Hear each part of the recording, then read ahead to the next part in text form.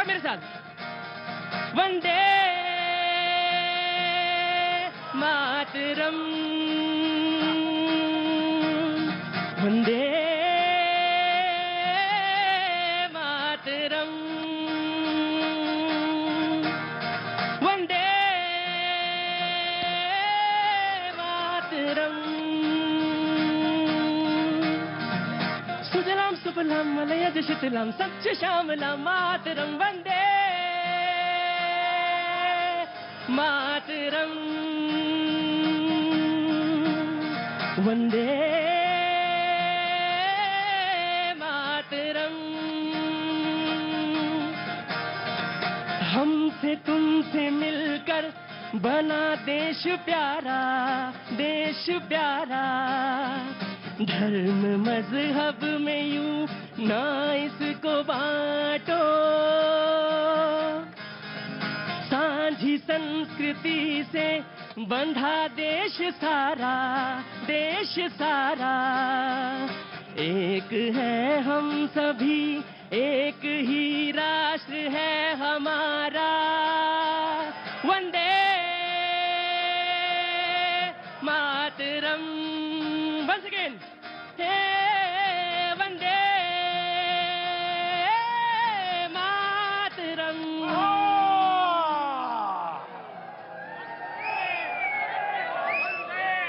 बहुत बहुत शुक्रिया, thank you so much. Hamirpur में आज मौजूद भैया जी कहिन में आप सभी लोगों का बहुत बहुत स्वागत। 1 घंटा मैं यहीं पे मौजूद रहूंगा। गांधी चौक हमीरपुर, ठीक 5 साल पहले चुनाव के वक्त ही मुझे भी याद आता है, बाकी लोगों को भी याद आता है, और मैं आ गया आपके पास। बहुत सारी चीजें, बहुत सारी यादें इसी शो की मुझे याद हैं। जब मैं 5 साल पहले ठीक इसी जगह पे भैया जी कहिन कर रहा था तो बहुत सारे मुद्दे थे, बहुत सारे लोगों ने अपनी बातें कही थी। बहुत बहुत शुक्रिया sir, thank you so much, thank you so much. मैं आज एक बार फिर आपके बीच में मौजूद हूं। बहुत सारी बातें हैं जो कही जा सकती है हमीरपुर के बारे में। रावी और सतलुज के बीच की ये जगह त्रिगुत जिसे कहते हैं, बाबा बालकनाथ सिद्ध, उनकी ये भूमि, उनको याद करता हूं और नमन करता हूं। उसके बाद शो का प्रारंभ करता हूं। तमाम सारे लोग जो आज यहां पे मौजूद हैं उनको प्रणाम करता हूं, और जो मेहमान हैं मैं उनका भी स्वागत करता हूं। बहुत बहुत शुक्रिया sir, thank you so much. उम्मीद करता हूं कि बहुत सारे मुद्दे जो हैं वो चुनाव के दरमियान जो आए उठे वो यहां भी आएंगे और बहुत अच्छी तरह से स्टैब्लिश होंगे। ये सवाल, मुद्दा सबसे बड़ा ये है कि वो स्टैब्लिश होना चाहिए, और हिमाचल के इस जगह से जो बात निकलेगी वो बहुत असरदार और स्टैब्लिश करने वाली होगी। 5 विधानसभाएं हैं हमीरपुर में इस वक्त। 3 जो हैं बीजेपी के पास हैं और 2 बीजेपी, जी 3 कांग्रेस। अच्छा, पलटी हो गई। 3 कांग्रेस के पास हैं, 2 बीजेपी के पास हैं। जी, बहुत अच्छी बात है, आपने मुझे दुरुस्त किया, ठीक किया। बहुत बहुत शुक्रिया। मैं मेहमानों से मैं तारुफ कराना चाहता हूं जो मेहमान हमारे साथ मौजूद हैं यहां पे इस वक्त। कांग्रेस पार्टी से शगुन दत्त शर्मा जी मौजूद हैं, बहुत बहुत शुक्रिया Shagun ji, thank you so much. Bhajpa से नरेंद्र अत्री जी हमारे साथ मौजूद हैं, बहुत बहुत शुक्रिया, thank you so much. CPIM से कश्मीर सिंह ठाकुर साहब हमारे साथ मौजूद हैं, बहुत बहुत शुक्रिया। और आम आदमी पार्टी से सुशील सरोज जी हमारे साथ मौजूद हैं, बहुत बहुत शुक्रिया, थैंक यू सो मच। बातचीत का शुरुआत करता हूं। जो लोग, जी ओपीएस, जी जी, ये तो आप जो है ना इस बार तो कुछ ऐसा तमाशा करेंगे आप लोग। ओपीएस, जी जी जी जी, तमाशा से मतलब है कि मुद्दा जो है स्टैब्लिश हो ही गया। पेंशन हमारा बुढ़ापे का सहारा, निगम बोर्डों की पेंशन बहाल करे सरकार, बहुत जल्दी कुछ होने वाला है मुझे लगता है। जी, क्या नाम है साहब आपका? जी, योगेंद्र कौशल। जोगिंदर कौशिक जी यहीं के रहने वाले हैं आप? हाँ जी, हाँ जी। कुछ कहना चाहते हैं? ऐसे है कि हमें पेंशन नहीं है, से रिटायर ही है। रिटायर हो गए? रिटायर हो गए जी, और पेंशन की लड़ाई लड़ रहे हैं? 10 साल हो गए। 10 साल से लड़ रहे हैं पेंशन की लड़ाई। तो क्या लगता है इस बार उम्मीद जगी है? तो उम्मीद उसी पार्टी को वोट देंगे जो हमें हमारी करेगा फेवरेबल। हक की बात सुनेगा हाँ, उसी को वोट देंगे। उसी को वोट देके। गजब है जनता भी, मौका देख के वार करती है। कह रहे अब आए हो पहाड़ के नीचे। हाँ जी, हाँ जी, हाँ जी, मौका देख के चौका मार। बिल्कुल साहब, मौका देख के चौका मारते हैं आप। जी बाबूजी, मैं आपके पास भी आ गया जी, आ रहा हूं जी। मैं ये कहना चाहता हूँ कि बेरोजगारी का जो मुद्दा उठाया है और महंगाई का, उसमें मैं यही कहना चाहता हूँ कि अगर देश को सुरक्षित रखना है, फौज को हथियार देने हैं, तो आपको महंगाई भी सहनी पड़ेगी और सारा कुछ सब ठीक हो जाएगा। लेकिन ओपीएस का मुद्दा भी बहुत बड़ा मुद्दा है इस चुनाव में। जी, तो आपका कहना है कि महंगाई भी सहनी पड़ेगी? देश को मजबूत बनाना पड़ेगा। मजबूत बनाना पड़ेगा तो महंगाई भी सहनी पड़ेगी। ऐसा करो, थोड़ा आसमान पे बैठो जाके, वहां से उतरी। कैसे सुनूंगा तुम्हारी बात? एक एक करके बोलने दो, आऊंगा। क्या कह रहे हैं? हाँ बताओ, आ गया, आ गया जी। देश को हथियार देने पड़ेंगे। मैं सुरेश चंद्र उप्पल जी। उप्पल जी, आप बोलो, क्या नाम है आपका? मेरा टोनी ठाकुर। टोनी ठाकुर। हाय हाय, टोनी ठाकुर। आओ बाबूजी, खड़े होइए, खड़े होइए बाबूजी, खड़े होइए। आगे पिछले कुंभ के मेले में हम और आप बिछड़े थे और अब मिले हैं दोनों लोग। क्या नाम है आपका? अमर सिंह। अमर सिंह। अमर सिंह। आ रहा हूं टोनी ठाकुर, खड़े रहो, आ रहा हूं। अमर सिंह, अमर सिंह जी क्या काम करते हैं? हम मिस्त्री का काम करते हैं। मिस्त्री, राजमिस्त्री, मिस्त्री है ना? राजमिस्त्री। राजमिस्त्री। रोज मिलते हैं मुझे राजमिस्त्री, कल भी मिले थे मुझे, आज भी मिले राजमिस्त्री। तो कुछ कहना चाहते हैं? हम तो यूपी रहते हैं ना, हाँ? यहाँ पे यूपी के हैं ना। हम तो यूपी के हैं। यूपी में कहां से? बरेली। बरेली से। बांस बरेली। उसके आगे शाहजहांपुर, उसके पीछे रामपुर है ना, मुरादाबाद, वहीं के बरेली। कितने साल हो गए यहाँ? यहाँ हो गए करीब 32 साल। 32 साल। और क्या उम्र हो गई? है जी, क्या उम्र हो गई? उम्र है 60। 60 लगते नहीं हो भी जी। आया हाजी टोनी जी, बोलिए। देखिए, अंकल जी बोल रहे हैं कि महंगाई भी सहनी पड़ेगी अगर देश की सुरक्षा और अखंडता की बात है। मैं सबसे पहले इनसे कहना चाहता हूं कि हमीरपुर को जो वीर भूमि के नाम से जाना जाता है, यहां से तकरीबन हर परिवार से एक आदमी जो है वो सैनिक होता है।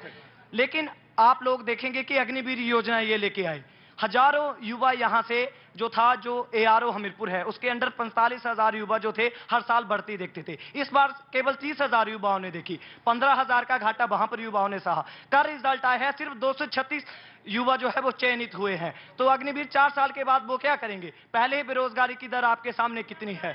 जी जी जी जी जी, आया आया आया आया आया, एक एक करके मैं सुनता रहा जी। हाँ जी, क्या बोल रहे थे, बताइए। ऐसा रहा तो पकौड़े बेचेंगे।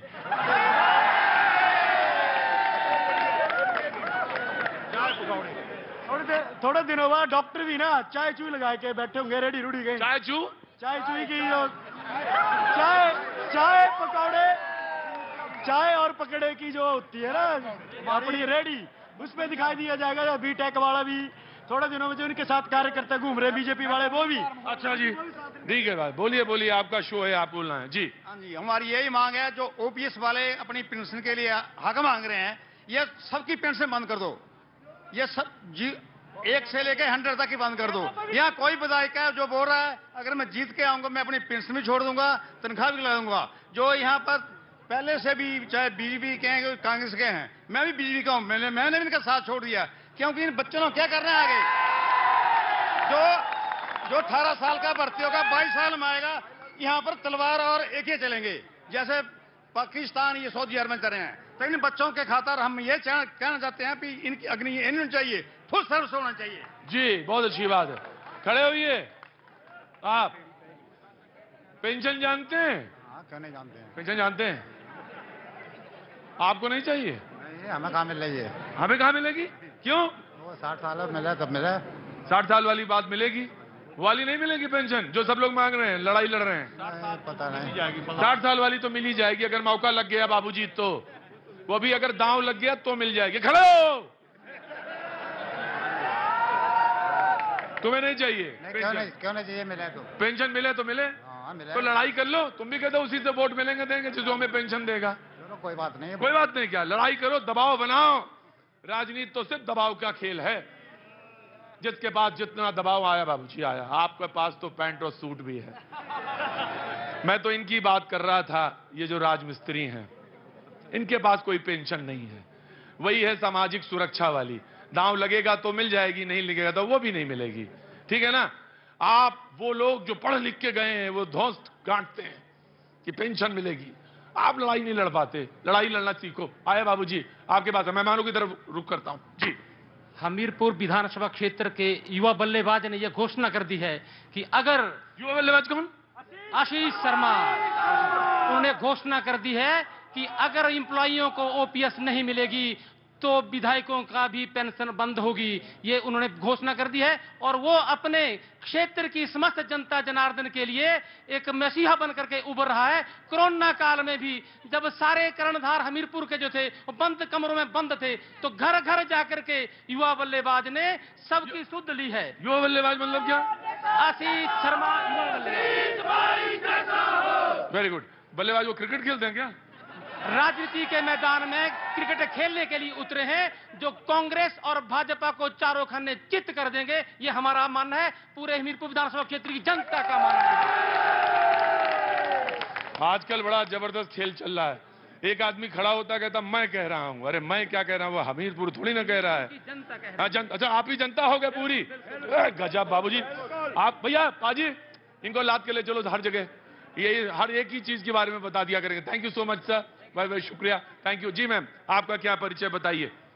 मैं जीना बनियाल पाटिल हमीरपुर की एक निवासी हूँ जी। क्या काम करती हैं आप? मैं गवर्नमेंट सेक्टर में गवर्नमेंट सेक्टर में, तब तो फिर वही ओपीएस वाला होगा। हाँ जी, ओपीएस है सर, ओपीएस है, ओपीएस है। एक बात और है बहुत महत्वपूर्ण यहाँ की, हमीरपुर में खास तौर से और हिमाचल में मैं आया, और वो ये है कि ज्यादातर सरकारी कर्मचारी हैं तो एक 2 से 3% का हिस्सा बैठता है, और वो सरकार बनाने में भी और सरकार गिराने में भी बड़े सक्षम हैं। तो दबाव की तो मैंने कहा कि राजनीति चली रही है। क्या ले आई? मिठाई ले आई हैं? अरे बाप रे बाप, इतने क्वेश्चन। है। हाँ जी बोलिए, आगे आ जाइए, पास आ जाइए जी। वाह क्या बात है, क्वेश्चन लेके आ गई जी। मैं आ रहा हूं साहब जी। हाँ अरे यही काम, इसी की तो तनख्वाह मिलती है मुझे, और अगर आपने ये ले लिया तो फिर मेरी तनख्वाह तो जाएगी, मेरे पास तो पेंशन भी नहीं है। खड़े हो। मुझे लगता है आपकी तरफ के हो गए तो भी आप मार मार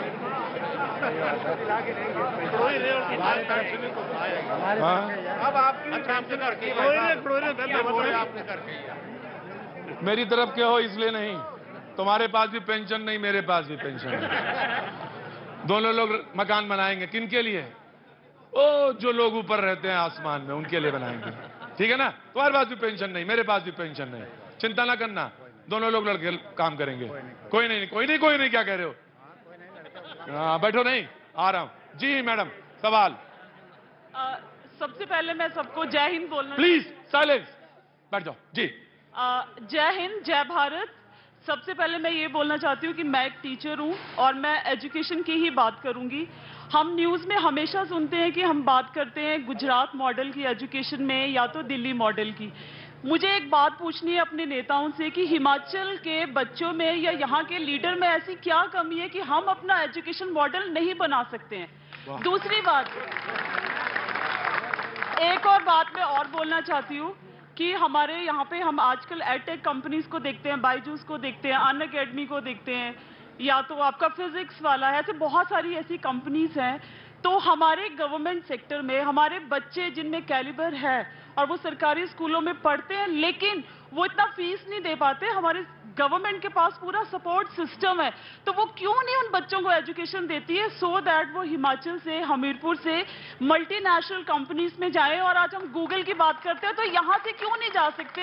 because we talk about ourself, हम अपनी बात करते हैं, हमारी पेंशन की बात करते हैं, हम ये नहीं बात करते कि हमारा बच्चा जो हमारा देश बनाएगा उसका क्या होगा। No one cares about that.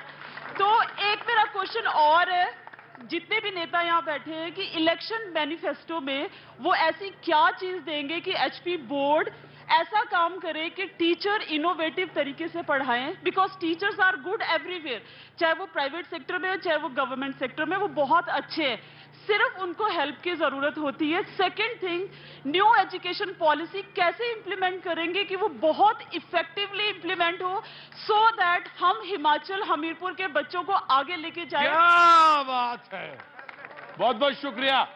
और क्या नाम है आपका? मेरा नाम दीपा शर्मा है। दीपा जी, यहीं पे हमीरपुर में ही टीचर हैं आप? मैंने वैसे 16 साल हिम अकेडमी में पढ़ाया है। अभी मेरा अपना चैनल है जीके बाय दीपा, मैं बच्चों को कोचिंग देती हूँ अच्छा। Free of cost. जो पढ़ना आपका चैनल है? हाँ, वो मेरे से आके पढ़ सकते हैं फ्री ऑफ कॉस्ट। वैसे मैं मतलब झूठ तो नहीं बोल रही है ना? बिल्कुल, इतना बढ़िया सवाल बोला था। हाँ, हाँ। और अभी मैं बी पर्सोनिफाइड में कोचिंग दे रही हूँ, तो अभी कोचिंग का काम है, बट मेरे को लगता है कि मेरे को पैसे से कोचिंग नहीं देनी है मेरे को। अच्छा, अभी जो इनरोल कराना चाहें तुरंत मेरे पास इनरोल करा लें, इनके पास पढ़ाई के लिए। आइए मैम, आपकी जगह वहां है, यहाँ नहीं। आइए प्लीज कम, आइए आइए आइए प्लीज कम। Welcome welcome. जय मैम, सामने। सवाल ये है कि तमाम तरह, मैम प्लीज प्लीज कम। उन्होंने कहा कि अग्निवीर हो, आपने कहा, सवाल उठाया कि सबको पेंशन है, यानी लेकिन जो 4 साल के बाद बाहर हो जाएगा अग्निवीर, उसको तो कुछ नहीं मिला। अभी आज रैली थी प्रियंका जी की, तो उन्होंने इस पर तंज कसा। जी देखिए, हिमाचल वीर भूमि है, यहाँ पे हर घर से जो है फौजी जाते हैं, तो अग्निवीर योजना का कांग्रेस कड़ा विरोध करती है। और हमने कहा है कि जब केंद्र में हमारी सरकार बनेगी, हम इस योजना को कचरे के डिब्बे में डालेंगे, और जैसे पहले भर्ती होती थी रेगुलर सोल्जर जनरल ड्यूटी, वैसे ही भर्ती करवाएंगे। और आप फिर पहली कैबिनेट करेंगे और पेंशन भी दे देंगे? बिल्कुल, हम पेंशन देंगे। हम इस वर्तमान मुख्यमंत्री की तरह नहीं है कि जिससे अगर कर्मचारी पेंशन मांगे तो वो कहता है कि नौकरी छोड़ो, आओ चुनाव लड़ो और पेंशन लो। हम कर्मचारियों को ओपीएस देंगे, पहली कैबिनेट में देंगे। वाह जी वाह, पहली कैबिनेट में ही पेंशन दे देंगे। जी बाबूजी, आ गया मैं आ गया। कर्मचारियों के पेंशन के बारे में क्या कहेंगे, इनसे पूछिए। कॉर्पोरेट सेक्टर के कर्मचारियों, कॉर्पोरेट सेक्टर वाले सब, बाबूजी रेवड़ी बटरी सबको देंगे वो? इस समय तो कोई ना है ही नहीं। अरे आप घर मांगो, घर दे देंगे। दोनों पार्टियां मूर्ख बनाई जा रही है कर्मचारियों। झूठ बोलते हैं। घर मांग लो, सबको एक एक घर मिल जाएगा। अरे आप जो मांगो मिलेगा। इस समय तो सबसे अच्छा मौसम है। जी मैं आया, BJP will respond to this question. जी सर, मेरा क्वेश्चन है कि क्या नाम है सर आपका? मेरा नाम संसार चंद कतना और मैं छोटा सा संसार सिंह, संसार चंद कतना जी। आपका छोटा सा? मैं व्यापारी वर्ग से हूँ। हाँ, हाँ। और सेल्फ एम्प्लॉयड आपको भी पेंशन चाहिए? पेंशन नहीं चाहिए। क्यों? आप वैट नहीं देते, आप टैक्स नहीं देते, आपकी कोई बुढ़ापे में योजना नहीं होनी चाहिए आपके लिए? जो मैं बोलना चाहता हूँ वो आप ही बोल रहे हैं, लेकिन मैं यही बोलना चाह रहा हूँ कि जितने सेल्फ एम्प्लॉई हैं, जैसे ये मिस्त्री, राज मिस्त्री थे, आपने इनकी बात की। हाँ। ये मेरी बात की। यदि मैं अभी मान लो 30 साल का होता और मेरे बच्चे छोटे छोटे थे और मैं व्यापार कर रहा होता और खुदा ना करे कि मेरे को कुछ हो जाए, तो गवर्नमेंट हमारे बारे में कभी नहीं सोचती कि ये सेल्फ एम्प्लॉय जो टैक्स और sale tax, income tax, GST जो कुछ हम इकट्ठा करके देते हैं, सब लोग उसका मजा लेते हैं। उनके लिए सरकार क्या सोच रही है? वाह, देखिए वाह, व्यापारी भी खड़े बैठे, क्यों खड़े हो? तुम क्या सोच रहे हो? तुम टैक्स नहीं देते?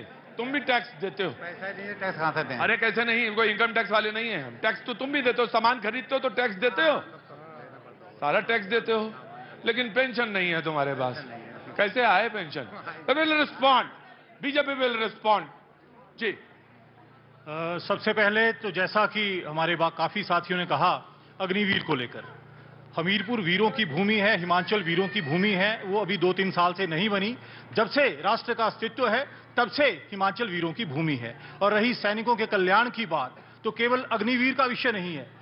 जब कारगिल युद्ध हुआ था तो सबसे पहले इस देश के प्रधानमंत्री श्री अटल बिहारी वाजपेयी जी ने यह पहली बार सुनिश्चित किया था कि जो भी हमारे देश का, हमारे प्रदेश का नौजवान शहीद होगा, उसके पार्थिव शरीर को उसके घर तक सम्मान सहित पहुंचाया जाएगा। ये पहला विषय। देश की आजादी के उपरांत अधिकतर समय कांग्रेस सत्ता में रही, पर कांग्रेस को कभी ये ख्याल नहीं आया। उसके बाद वन रैंक वन पेंशन, बहुत पुराना विषय है। सबसे पहले 1990 में देश की संसद के अंदर हमीरपुर के ही नेता, इस देश के पूर्व मुख्यमंत्री आदरणीय प्रोफेसर प्रेम कुमार धूमल जी ने 1990 में उठाया था। उसके उपरांत जब इस देश के अंदर श्री नरेंद्र मोदी जी के नेतृत्व में सरकार बनी, तो इस देश के सैनिकों को, चाहे वो प्रदेश का सैनिक था, हमीरपुर का सैनिक था, उसको 1 रैंक 1 पेंशन मिला। हजारों करोड़ रुपया जो था सैनिकों के खाते में गया। और ये जो मेरे बंधुवर बहुत चर्चा कर रहे हैं, चिंता कर रहे हैं सैनिकों की, अग्निवीरों की, इनको मैं आश्वस्त करता हूं कि देश में जब श्री नरेंद्र मोदी जी का नेतृत्व है, तो अग्निवीरों की समस्या का भी समाधान भाजपा करेगी, ओपीएस की समस्या का समाधान भी भाजपा करेगी, किसान का भी, बागवान का भी। इसलिए निश्चिंत रहिए। ठीक है, चुनावी घी पीजिए और आराम से सो जाइए, सब चिंता दूर हो जाएगी। चुनाव होने दीजिए, उसके बाद। अरे रुको बेटा, आया जी, आने दो, मुझे आने दो जी। जरा बैठिए, चुनाव में खड़े हैं क्या? बैठिए जी। जी आया, of course you want to respond.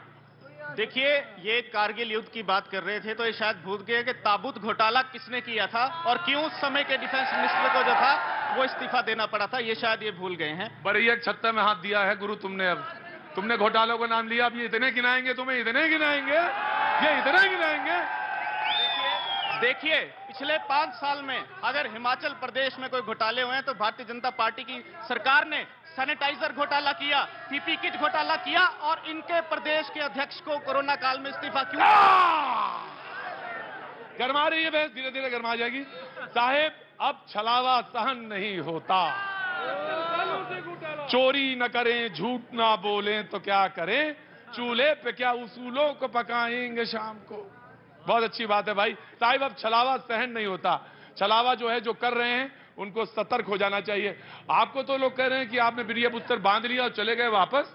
हाँ सर, मैं तो जा चुका हूँ वापस। हाँ। 7 समुद्र पार। हाँ। फौजी का बेटा हूँ। हाँ। खुद फौजी हूँ। नहीं, आम आदमी पार्टी के बारे में लोग कह रहे हैं। हाँ, बिल्कुल बिल्कुल, बोरिया बिस्तर बांध के सब यहाँ पहुंच चुके हैं और हम यहाँ हैं और यहाँ रहेंगे। हमें कहा गया कि आम आदमी पार्टी पहाड़ नहीं चढ़ सकती। हाँ, हाँपने लगी है। उनको ये बता दें कि हम भी देसी बैल हैं, यहाँ के पहाड़ी बैल हैं। अच्छा, हर पहाड़ी चढ़ेंगे और ये चींटी हाथी को तोड़ेगी इस बार।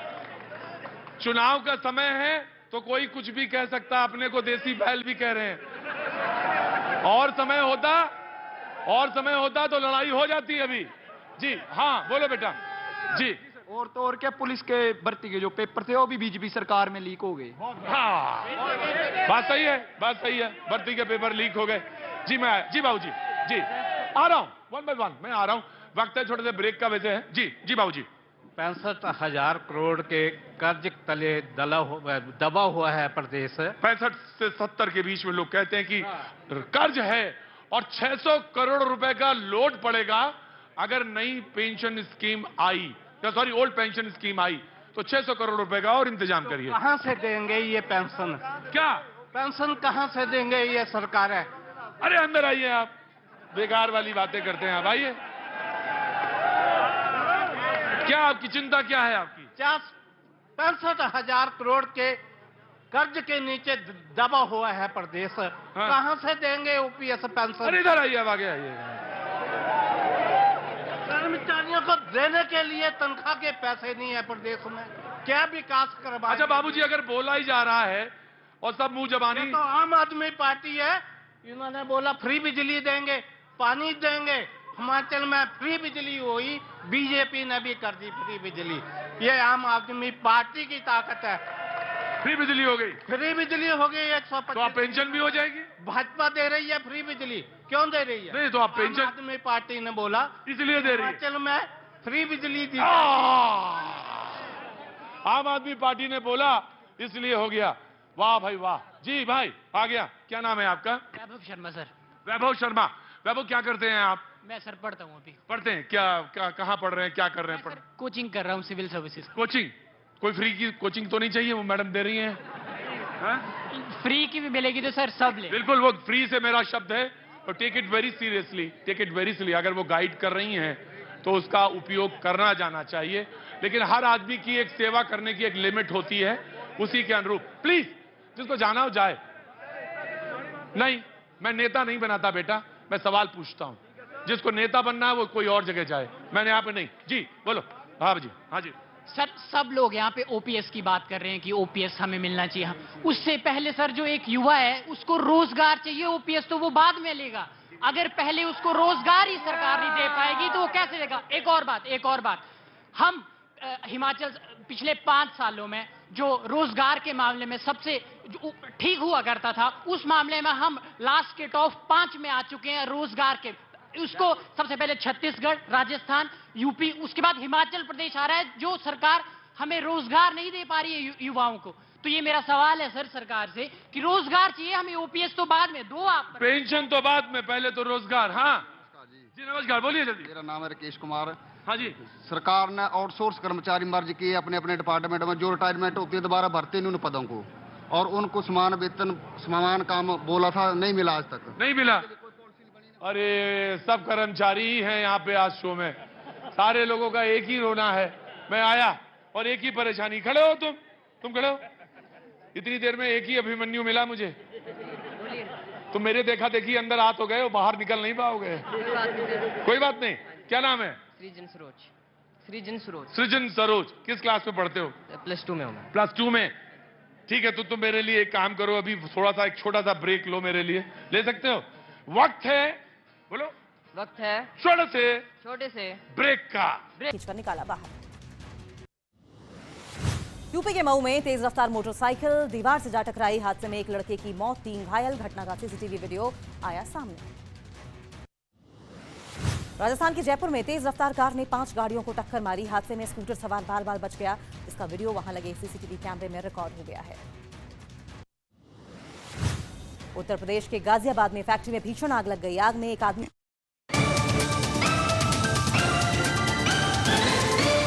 गहन में जनता करती मन की बात, न्यूज़ 18 के साथ सुनो भैया जी की बात। अजी न्यूज़ 18 के साथ सुनो भैया जी की बात।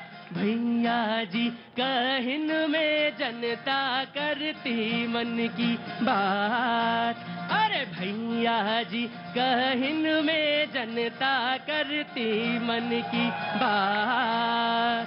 नेताजी तैयार, यहाँ जनता भी तैयार। अजी नेता है तैयार, यहाँ जनता भी तैयार। भैया जी और पाजी मिलकर पूछे रोज सवाल। बहुत बहुत शुक्रिया, थैंक यू सो मच। एक बार फिर से हमीरपुर में तमाम सारे लोगों के साथ बातचीत का एक मौका, और ये आधा घंटा जो मेरे पास है इसमें आपसे बहुत सारी बातचीत का मैं चाहता हूं जनता बोले, लेकिन मेरे पास पैनल में अभी एक लोग हैं जिन्होंने अपने को इंट्रोडक्शन नहीं हुआ है, जिनका इंट्रोडक्शन हुआ है, मुद्दा उन्होंने एस्टैब्लिश नहीं किया है, सीपीआईएम के नेता। मैं उनको पहले मौका देना चाहता हूं और उसके बाद फिर बातचीत का सिलसिला जोड़ लेंगे। पहले आप जी जनाब। मैं आया सर, मैं बात करना चाहता हूं पिछले 5 वर्षों में हमीरपुर के लिए क्या हुआ। 5 वर्षों में हमीरपुर के लिए क्या हुआ? पूरी सुनना।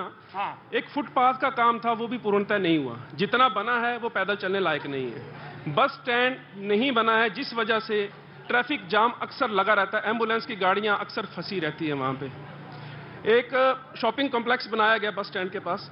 12 बेरोजगार कर दिए गए, 12 दुकानदार जो 35 से 40 वर्षों से वहां अपनी रोजी रोटी कमा रहे थे, उनको धक्केशाही से, तानाशाही से बाहर कर दिया गया। उनको दुकान नहीं दी गई। मैं कोई भी बात गलत नहीं कर रहा हूं। एनआईटी हमारी बहुत पुरानी है, काम हुआ है, लेकिन पिछले 5 वर्षों में हमीरपुर के लिए कोई काम नहीं हुआ जो आईआईटी बन जानी चाहिए।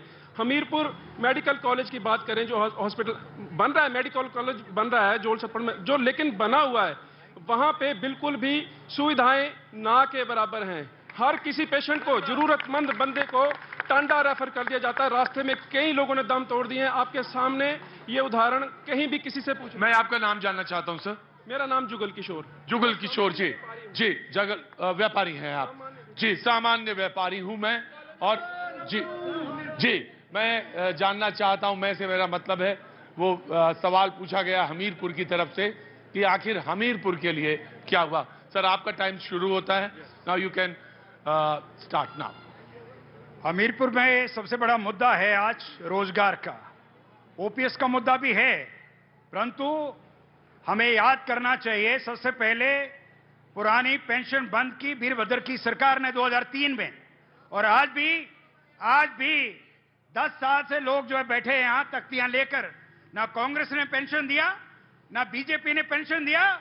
जयराम ठाकुर बोलते हैं कर्मचारियों को चुनाव लड़ो, पेंशन लो, और आज लोग बता देंगे तुम्हें कि पुरानी पेंशन हमें चाहिए, इसके बिना कोई गुजारा नहीं है। आज जो है फौज के साथ बड़ा धोखा हुआ, सब लोगों को बरगलाया है इन्होंने। पहले कहा 1 रैंक 1 पेंशन देंगे, आज कर दिया 9 रैंक 9 पेंशन 4 साल के लिए। सारा में भर्ती हो, 22 साल में घर आ जाओ। और पूरे हमीरपुर जिला में कोई इंडस्ट्री नहीं है। एक उद्योग मंत्री रहे किसी जमाने में, 2 बार मुख्यमंत्री रहे, एक शराब की फैक्ट्री है बीजेपी के नेता की टिक्कर में, और कोई फैक्ट्री यहां पर नहीं है। रोजगार चाहिए, रोजगार चाहिए। स्कूलों में जगह खाली है, वहां मास्टरों की भर्ती नहीं है। बीएड किए हुए बच्चियां जो है मनरेगा कर रही हैं, मनरेगा कर रही हैं। मनरेगा में 100 दिन का काम नहीं मिलता। सरकार कहती है कि आप अगर 17 साल में भर्ती होते हैं, 22 साल में बाहर आते हैं और 1.25 करोड़ रुपए आपको मिलता है, तो ऐसी कौन सी नौकरी है जिसमें इतने पैसे मिल जाएंगे अगर अभी में? 1.25 करोड़ नहीं मिलता है, झूठ का पुलिंदा है।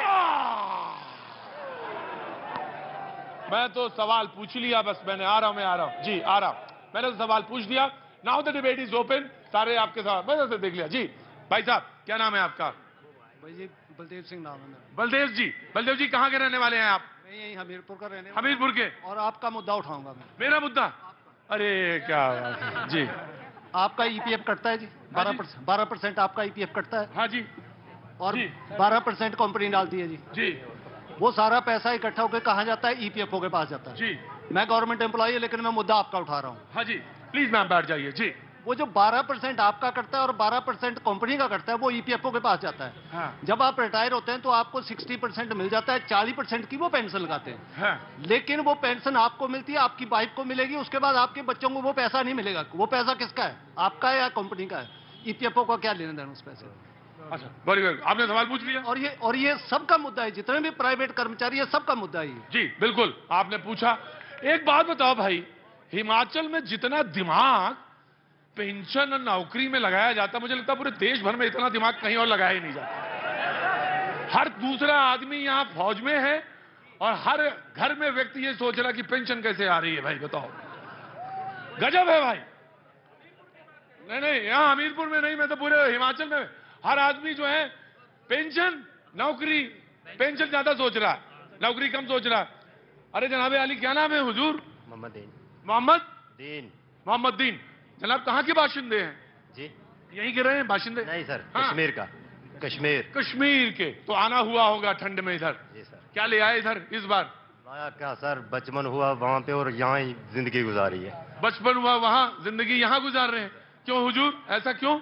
मजदूरी करता हूँ सर। मजदूरी करते हैं यहाँ पे हमीरपुर में।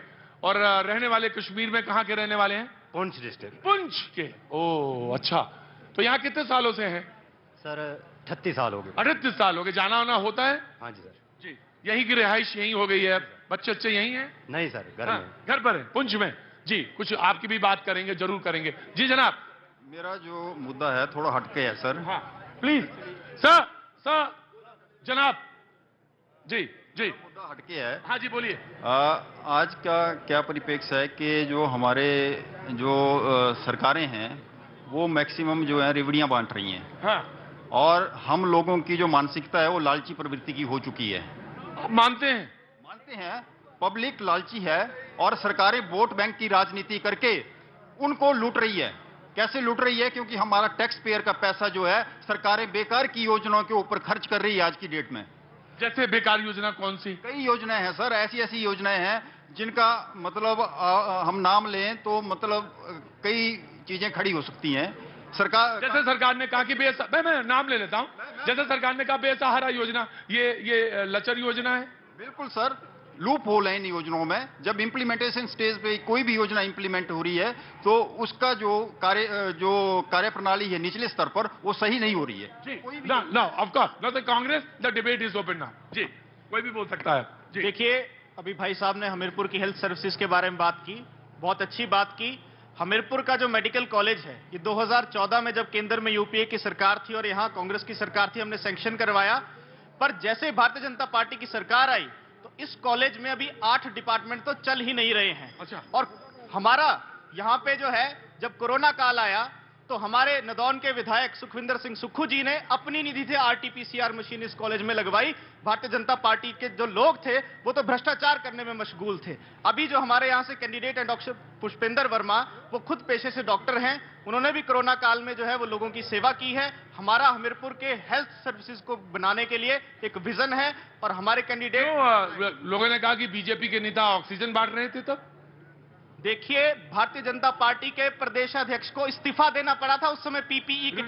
जनाब, मेरे छोटे भाई कोई नहीं आया, धीरे से बोल रहा है कोई जी। मेरे छोटे भाई भूल रहे हैं हाँ। कि इनको सुक्खू जी का जो मेडिकल हेल्प है वो तो याद रहा, पर श्री अनुराग ठाकुर जो हमारे यहाँ सांसद भी हैं 4 बार के और केंद्रीय मंत्री भी हैं, उन्होंने गाड़ियां भर भर के जो सहायता यहाँ भेजी, चाहे वो मेडिकल इक्विपमेंट थे, दवाइयां थी, सैनिटाइजर थे, वो इनको याद नहीं रहे। बाकी इनको ये याद रहता है कि यहाँ घोटाला हुआ, पर इनको ये याद नहीं रहा कि कोरोना काल में जब पूरे विश्व के अंदर त्राहिमाम मची हुई थी तो देश की सरकार ने और प्रदेश की सरकार ने अच्छा काम किया। जी जनाब जी रुको। हाँ जी। हर साख पे उल्लू बैठा है, हाले गुलिस्ता क्या होगा। हाँ। भाजपा हो कांग्रेस हो, सगे भाई हैं, एक सिक्के। कोई काम नहीं हुआ 65 साल में, मैं आपको कह रहा हूं। हम यहीं के बसिंदे हैं, लोगों में बहुत आक्रोश है। ये सब जुमले लगाए जा रहे हैं, किसने हॉस्पिटल बनाया, किसने कुछ बनाया। ना डॉक्टर हैं, अगर डॉक्टर हैं तो मशीनें नहीं है, मशीनें हैं तो दवाई नहीं है। और जो उसके सामने जो प्राइवेट वाले हैं उनके पेट मोटे हो रहे हैं। हॉस्पिटल सारे बंद पड़े हैं, हॉस्पिटल सारे बंद पड़े। अरे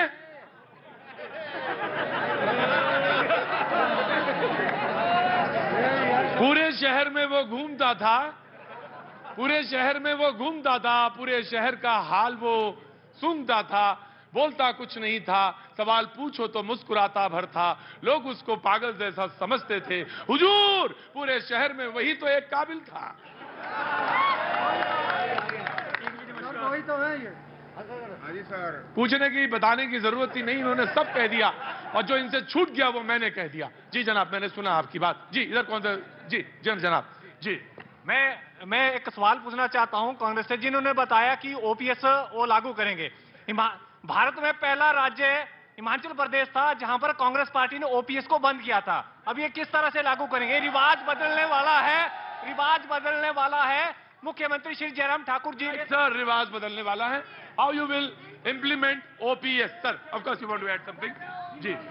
कांग्रेस और भाजपा की नीतियों में कोई अंतर नहीं है। न्यू पेंशन स्कीम कांग्रेस लाई, उसके बाद बीजेपी लाई, आउटसोर्स कांग्रेस लाई, फिर बीजेपी लाई। ये दोनों सगी बहनें हैं, कोई अंतर इनमें नहीं है। राइट। इसके बाद हाँ जी, आप कैसे OPS आप कैसे लागू करेंगे? आ गया, नाराज ना हो। हाँ जी। देखिए, पहले अपनी नॉलेज अपडेट करें। OPS को बंद करने का जो प्रस्ताव था वो 2003 में तत्कालीन मुख्यमंत्री प्रेम कुमार धूमल इकोनॉमिक रिफॉर्म्स के नाम पे विधानसभा में लाए थे।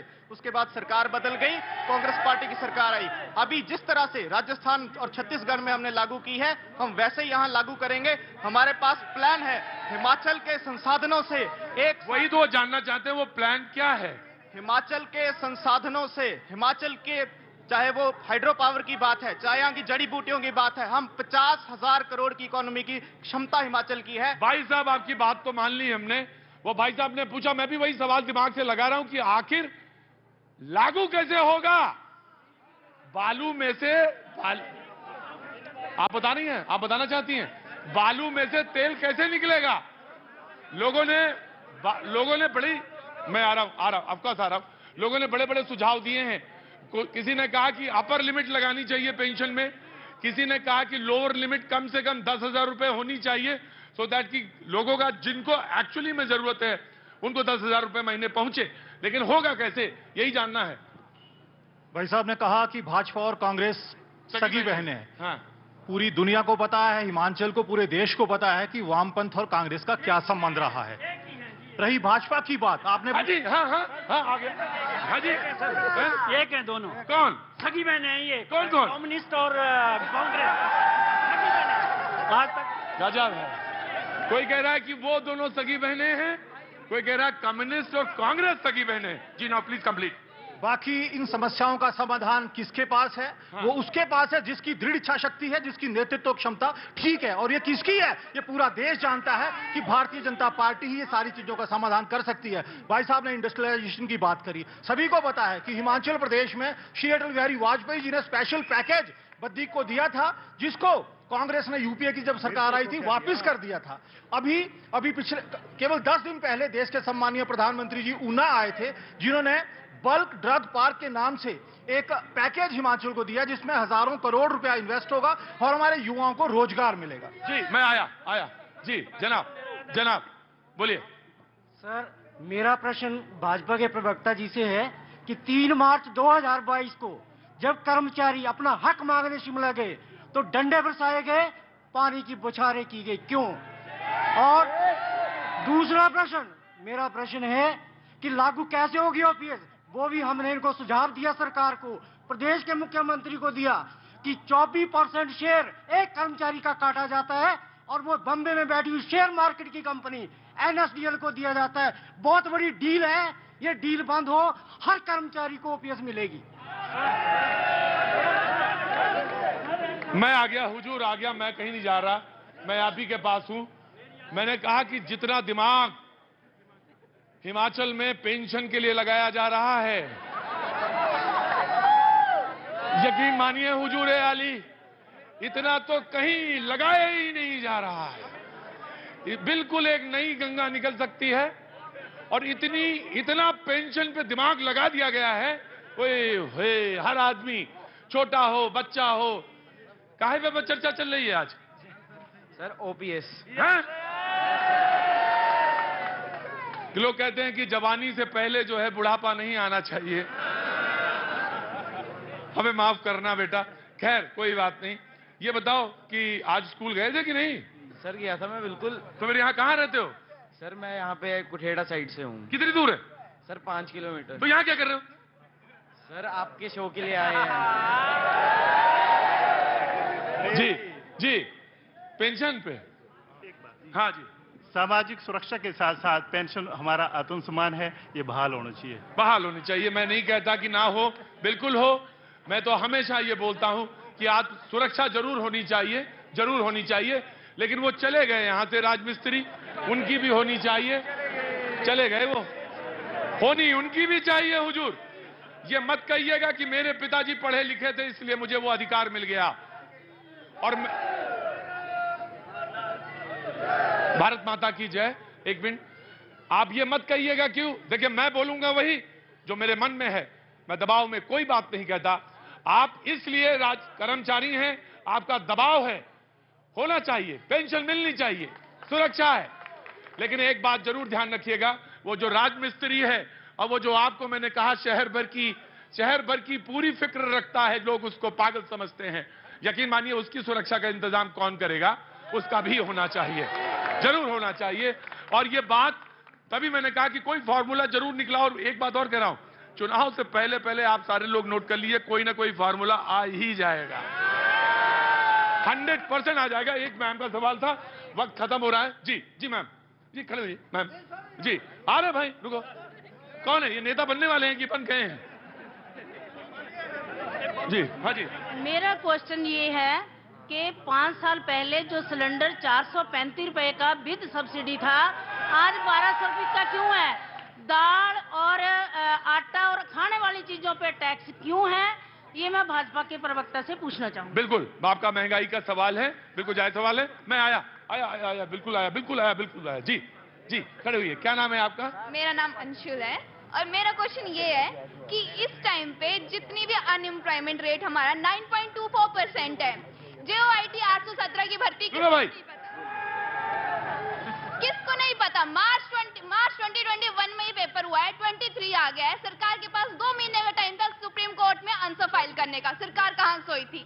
3 साल से बच्चा हरास हो रहा है। यहाँ का कमीशन ले लो, पब्लिक सर्विस का कमीशन ले लो, कोई भर्ती निकल रही, ना जेई की, ना JBT की, ना JOIT की, ना पैरामेडिकल, ना हेल्थ सर्विसेज की, not even civil services. Allied services के एग्जाम 2 सालों से नहीं हुआ है। 2020 में एग्जाम हुआ था, 23 आ गया है। कहाँ पे है हमारा एम्प्लॉयमेंट? कहाँ पे हम जाएंगे बताइए? बीटेक वाला MTS भर्ती लगा रहा है, MTS भर्ती बीटेक वाला 50 केजी की बोरी उठा के दौड़ रहा है बीटेक वाला करके। क्या फायदा इतनी पढ़ाई करने का? हम भी +2 पास करके दौड़ना शुरू कर देते हैं ना फिर।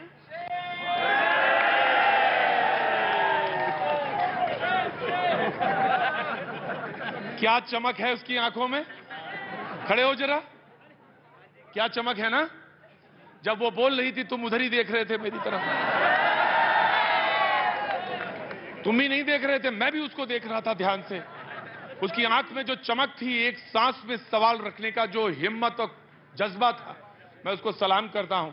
और सवाल तुम्हारा बिल्कुल जायज है, कि बिल्कुल जायज सवाल है, और जो जायज सवाल है उसको ना कहा जाए। बाबूजी माफी के साथ मैं आ गया जी। ऐसा है, मैं एक छोटा सवाल, नेता अभिनेता जो भी खड़े हो रहे हैं, नेता भी है अभिनेता भी, जो भी खड़े हो रहे नेता ये सारे लोग, अभिनेता मैं ही हूं सिर्फ। उससे पूछना चाहता हूं कि हमीरपुर के अंदर जो इतनी संकरी गलियां हैं, बीमार शिमार जो आदमी है वो गलियों से कैसे निकल के आएगा? ना कम से कम स्कूटर पहुंच सके या व्हील चेयर पहुंच सके, ताकि वो अपनी बीमारी शिमार के इलाज करने के लिए हॉस्पिटल तक आसानी से जा सके। ऐसा नेता को अनुभवी नेता कर सकता है? हाँ, ये बिल्कुल होना चाहिए। शहर का डेवलपमेंट और उसका खाका जरूर खींचा जाना चाहिए। आ गया, मैं तुम्हारी देख रहा था। जय हो बाबा बालकनाथ, कैसे हैं आप? ठीक है। क्या नाम? फेकन मातो। हाँ? फेकन आगे आओ, उतनी दूर खड़े हो, किलोमीटर पर दूर खड़े हो। क्या नाम है? फेकन मातो। फिरकन महतो। वो तो बिहार से। बिहार में कहां से? बिहार में लखीसराय डिस्ट्रिक्ट। लखीसराय डिस्ट्रिक्ट से। तो कैसे आना हुआ? कितने सालों से यहाँ पे? 27 साल। 27 साल से। क्या काम करते हैं? राजमिस्त्री का। राजमिस्त्री का। एक गया एक आ गया। ये मत सोचिएगा कि उसकी आवाज नहीं है। रुको, ये मत सोचिएगा उसकी आवाज नहीं है राजमिस्त्री की। यही मेरा काम है और यही करना मुझको हुक्म है कि अगर एक आवाज आपका मैं विरोधी बिल्कुल नहीं हूं मैम, राज कर्मचारियों का बिल्कुल नहीं। मैं कहता हूं कि होना चाहिए, पेंशन होनी चाहिए सर, होनी चाहिए। ये आप तय करेंगे कि फॉर्मूला क्या हो, लेकिन मेरा यह है कि महतो के परिवार के बच्चे जो 27 साल से यहां काम कर रहे हैं, उनकी भी पेंशन और उनकी भी सुरक्षा का सवाल कौन उठाएगा? अगर मैंने नहीं उठाया तो मैं पत्रकार नहीं हूं, बाकी कुछ भी हो सकता हूं, पत्रकार नहीं हूं। जी बाबूजी, मैं आया, ऑफ कोर्स आया। एक दो सवाल लगे, मैं जल्दी जल्दी पूछ लूं। जी जनाब, कैसे हैं बाबूजी आप? कोई सवाल तो नहीं रह गया? नहीं। सब सवाल अच्छा, प्रोग्राम ठीक चल रहा है? ठीक चल रहा है ना? कोई चीज रह तो नहीं गई? हाँ बोलिए। ना, एक बार से 5 साल बाद नंबर आएगा उनका, अब नहीं। जी बोलो। सर 2020 में आर्मी की भर्ती, उसका रिटन टेस्ट क्यों नहीं हुआ? अरे बोल तो दिया उसने, और नया सवाल हो तो बोलिए। जी जनाब। सर मेरा प्रश्न है बीजेपी से कि जब कर्मचारियों की बात आती है तो सरकार के खजाने खाली हो जाते हैं, जब नेताओं के वेतन भत्ते और इनकी तनख्वाहें बढ़ानी है तो खजाने में पैसे कहां से आते हैं?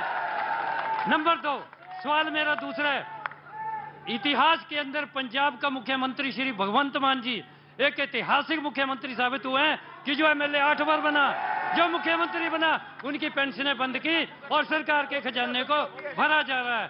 तो ओपीएस हमारे कर्मचारी भाई क्या नाम है आपका? मेरा नाम सुदर्शन पटियाल है। सुदर्शन पटियाल जी। मैं स्थानीय हूँ, यहाँ का लोकल। सुदर्शन जी, अगर मैं सच नहीं बोलूं, अगर सवाल ना उठाऊं या बात का जवाब ना दूं तो मैं भी गड़बड़ हूं। आपको शायद पता नहीं, चुपके से दिल्ली की सरकार में भी अपनी पेंशन बढ़वा ली विधायकों ने। आपको इस बात का इल्म नहीं होगा। अब आप मुस्कुरा देते हैं, दांत बाहर दिखा देते हैं। यही मेरी सबसे बड़ी कमी है बाबूजी। ना यहां से उधार ले जाऊंगा, ना उधार रखूंगा। आपने सवाल अच्छा पूछा कि पेंशन नहीं होनी चाहिए, बंद करो, सबकी पेंशन बंद करो, लेकिन अपनी चुपके से पेंशन ना बढ़ा लो। मैं जानता हूं। जी आया। जी बाबूजी, मैं आ रहा हूं। जी सर भगवंत मान ने, अरे भगवंत मान पे बात नहीं हो रही है। जी मैं ये कह रहा हूँ, सभी जो पार्टियां हैं वो फ्री दे रही हैं, ये फ्री ले लो, अपनी जेब से दो ना। युवाओं के जो बेरोजगार है उनसे क्यों ले रहे हो, या जो टैक्स देने वाले उनसे क्यों ले रहे हो? अपनी जेब से दो। अब आप कोई भी घोषणा करते हैं तो पहले उनसे पूछो कि उनके पास बजट है देने का कि नहीं। अब कोई 1500 के लिए बोल रहे हैं, 1500 देंगे हर गृहिणी को, कहां से देंगे? व्यापारियों से लेंगे या किससे लेंगे? इतनी बुरी हालत है, लोग बेरोजगार हैं, बच्चे को नौकरी नहीं मिल रही है, लोग पेंशन मांग रहे हैं। और देखिए 1-1 लाख रुपए पेंशन मिल रही है, लोगों को 5,000 नहीं तनख्वाह मिलती महीने की, कहां जाएंगे लोग? सबका सोचो, जो भी सरकार फैसला लेना है सबके बारे में सोचो। सरकार कहती है, देखिए साहब मैं बता रहा हूं, मैं फिर कह रहा हूं आपसे, मैं बिल्कुल विरोधी नहीं हूं आपका, लेकिन फॉर्मूला तो निकालना पड़ेगा सर, कोई ना कोई फॉर्मूला निकालिए। जी बोलो, जल्दी बोलो जी। सर सब कुछ बंद होना चाहिए, हेल्थ और एजुकेशन फ्री कर देनी चाहिए, बाकी सब कोई ना कोई फॉर्मूला में समान रूप से कोई कार्ड, हेल्थ का, सबके पास हेल्थ का कार्ड होना चाहिए, समान रूप से शिक्षा का कोई कार्ड होना चाहिए, जिससे कि पेंशन जो है, सुरक्षा का जो माहौल है वो बन सके। फॉर्मूला यहीं से निकलेगा। मुलाकात कल फिर होगी, आज अभी